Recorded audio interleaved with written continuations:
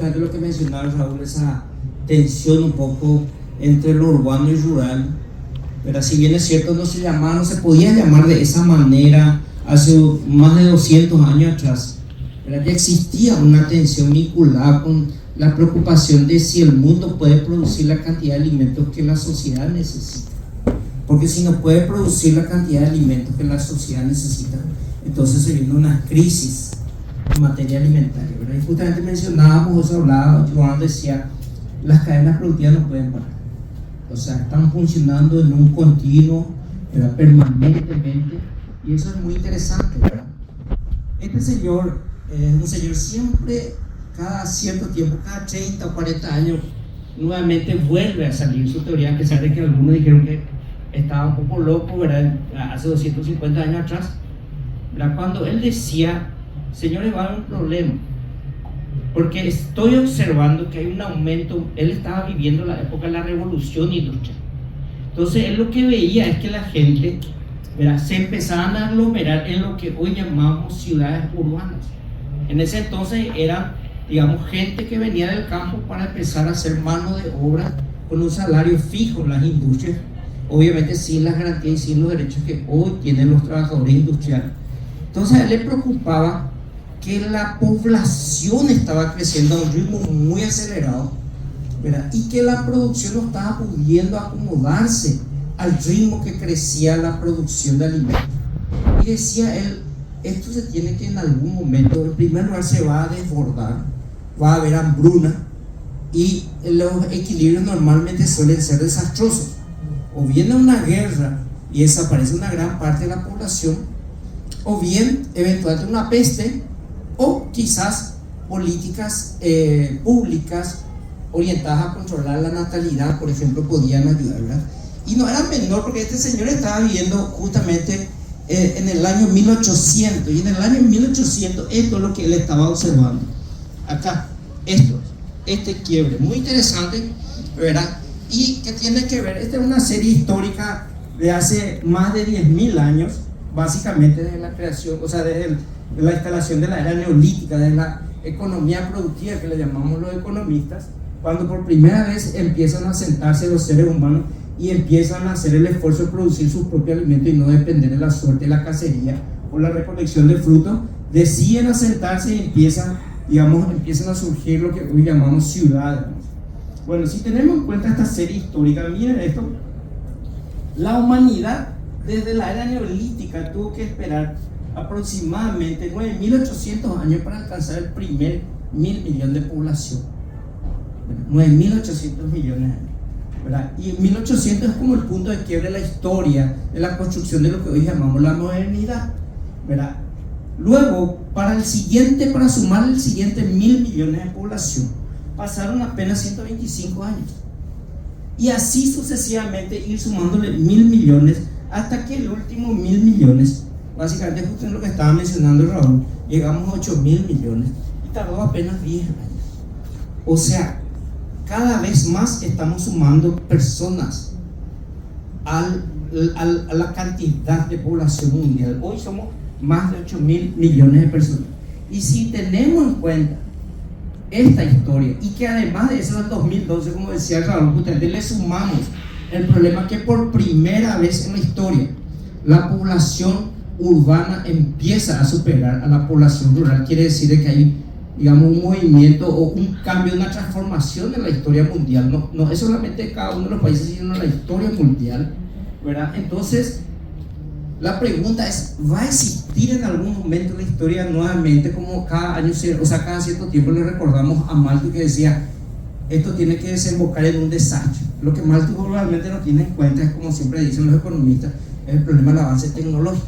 El avance tecnológico me permitió mejorar significativamente la producción, no solamente industrial, sino también la producción desde el campo, ¿verdad? Entonces, ¿verdad?, eso básicamente evitó que ocurra lo que él pronosticaba, que era esencialmente como lo que le llaman los historiadores, creo que es la sexta extinción, si mal no recuerdo, ¿verdad?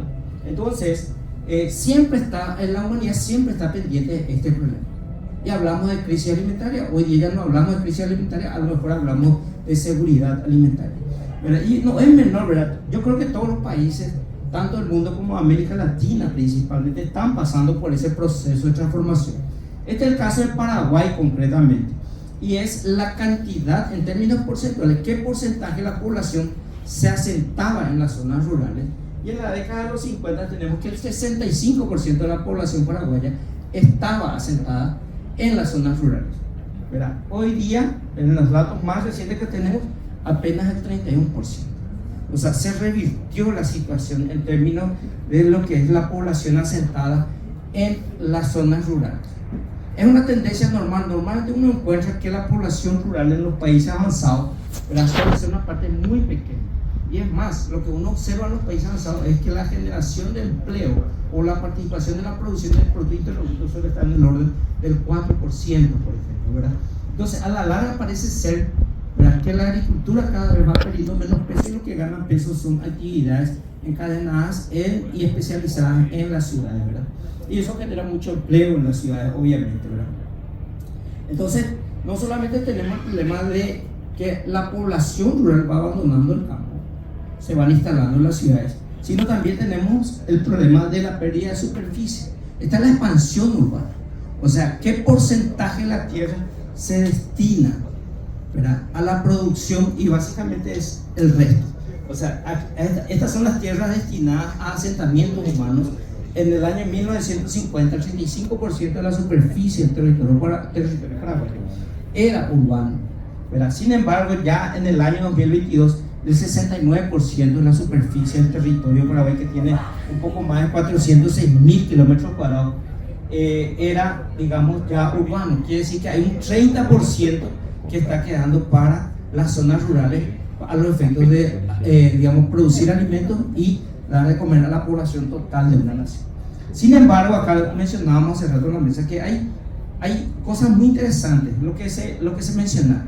Hay ciudades que podemos considerar que son urbanas, pero que tienen huertas, por ejemplo. O sea, familias que teniendo eventualmente, no sé, digamos que unos 300, 400 metros cuadrados, uno encuentra que tienen huertas. Si tiene eventualmente, no sé, 5.000 metros cuadrados en la ciudad, ¿verdad?, que es mucho, pero en Paraguay es normal eso, ¿verdad? Entonces encuentra uno que tiene gallinas, huertas, ¿verdad?, y tiene alguna que otra producción, ¿verdad? Y uno va a las zonas rurales y encuentra tecnología urbana en las zonas rurales.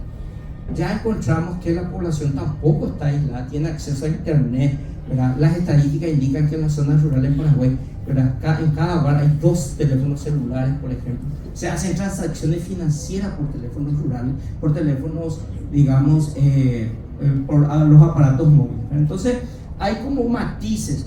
No todo es urbano en lo urbano, y con la migración de lo rural hacia lo urbano se dio una cosa muy interesante, en el caso de Paraguay por lo menos.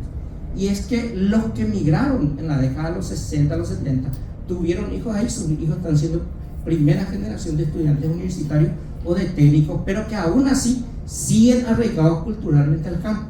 Es muy interesante el caso de Paraguay. Creo que en 2 o 3 generaciones más, ¿verdad?, las ciudades van a ser realmente ciudades, pero hoy tienen, digamos, que esa combinación entre lo rural y lo urbano todavía en la ciudad. Encuentra todavía ciertos paisajes rurales en las ciudades, ¿verdad? En el caso de Paraguay, nosotros en ese 30% que está quedando, tenemos aproximadamente 1.200 colonias, ¿verdad?, en una política que le llaman la política de la reforma agraria, y que consiste básicamente en otorgar tierra a grupos de productores pequeños, ¿verdad?, para que ellos puedan primero, o sea, cuando se inició esto allá a principios de 1900, la reforma agraria en Paraguay comienza en 1904. Entonces, cuando se inicia esto en Paraguay, la idea era el autosustento, que la gente tenga un pedazo de tierra para poder alimentarse él y su familia, el productor. Sin embargo, ¿verdad?, en la década de los 60, ¿verdad?, con un programa americano que se llama Alianza para el Progreso, ¿verdad?, se modifica el concepto de la reforma agraria y se incorpora tener ya producción de renta, o sea, entrar también en el aspecto económico mercantil de la producción primaria. Pero el problema es que se le otorgaron tierra a los campesinos siguen ocupando esa tierra, utilizan la tierra para producir, pero no tenían regularización de las tierras. prácticamente no se les entregaba el título propio. De hecho, las estadísticas indican de que, digamos, si uno saca la estadística principal de la era democrática del Paraguay, que viene de 1989, encuentra que se entregaron aproximadamente un poco más de 900 títulos de propiedad, lo cual lleva a que si tengo 1.200 colonias y si tengo una cantidad de 4 millones de hectáreas de tierra, ¿verdad? Entonces quiere decir que tardaría, ¿verdad? Aproximadamente unos 400 años en llegar a la titulación, ¿verdad?, de completa esas tierras. Entonces hoy en Paraguay hay toda una agenda que le llamamos la agenda de la transformación productiva, donde arranca todo con la titulación, porque lo que decíamos justamente en la conversación anterior es que si al campesino no se le entrega su título de propiedad, no puede primero formalizar su tierra. Al no tener formalizado su tierra, él no puede integrarse a la economía formal, no puede ir a un banco a sacar un préstamo, a hacer inversiones. Luego, si él no hace inversiones, está produciendo con la misma tecnología de sus abuelos y bisabuelos, ¿verdad? Y su nivel de productividad va a ser bajo y tampoco va a tener renta para alimentar suficientemente a su familia o para gozar de eso que nosotros llamamos desarrollo, ¿verdad? Sin embargo, ahora instalamos una política donde pensamos en 5 años entregar 50.000 títulos de propiedad. Tenemos aproximadamente, estimamos nosotros, unas 300.000 familias a quienes tenemos que acercarle títulos de propiedad que llevan en eso más de un siglo de reforma agraria y a quienes básicamente no se les han entregado y viven hoy con un documento que se llama constancia de ocupación, que es derecho de propiedad frágil. Básicamente no existen los derechos de propiedad en el sector rural para los pequeños productores, ¿verdad? Entonces, sí, 2 minutos. Entonces, ¿verdad?, esa política está sustentada fuertemente, ¿verdad?, en integrar al campesinado al sistema económico y social. Y se ha instalado una política incluso de género que fue muy bien vista por la FAO, al punto de que nos han otorgado un premio por esa política que está vinculada, ¿verdad?, con la política de género. Y pasamos de históricamente entregar 3 de cada 10 títulos que se entregaban a la mujer antes, y ahora estamos llegando a 6 de cada 10 títulos. Y que son incentivos, sencillamente incentivos, y los incentivos eran financieros. Tasa de interés más bajo cuando se titula el hombre y la mujer, ¿verdad? Y eso generó una transformación muy significativa en la estructura. Y bueno, acá vienen las consideraciones finales. ¿Hay tensión o no entre lo urbano y lo rural? ¿Verdad? Es un juego sumacero. ¿Qué significa eso? Si por cada hectárea de tierra, ¿verdad?, que se deja de lado para lo rural, para lo productivo, y se asienta población ahí, entonces la pregunta es, ¿verdad?, ¿está perdiendo la capacidad de generar alimentos? ¿Vuelven nuevamente las predicciones de Malthus? ¿Verdad? Entonces es la pregunta, ¿hay tensión o no hoy día entre lo urbano y lo rural? ¿Verdad? Esta discusión no estaba en la época de Malthus, lo que él decía del crecimiento de la población. Y básicamente lo que nosotros nuevamente apostamos es a la tecnología, o sea, las huertas urbanas, innovaciones, ¿verdad? Como en este caso se identificaron 350 unidades productivas dentro de las ciudades, incluso dentro de las zonas periurbanas. La misma cosa es en Paraguay, ¿verdad?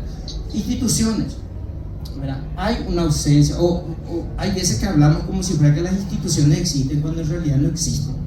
Por ejemplo, en el campo en Paraguay, al no entregarle título de propiedad al campesino, no tiene el enfoque del capitalismo.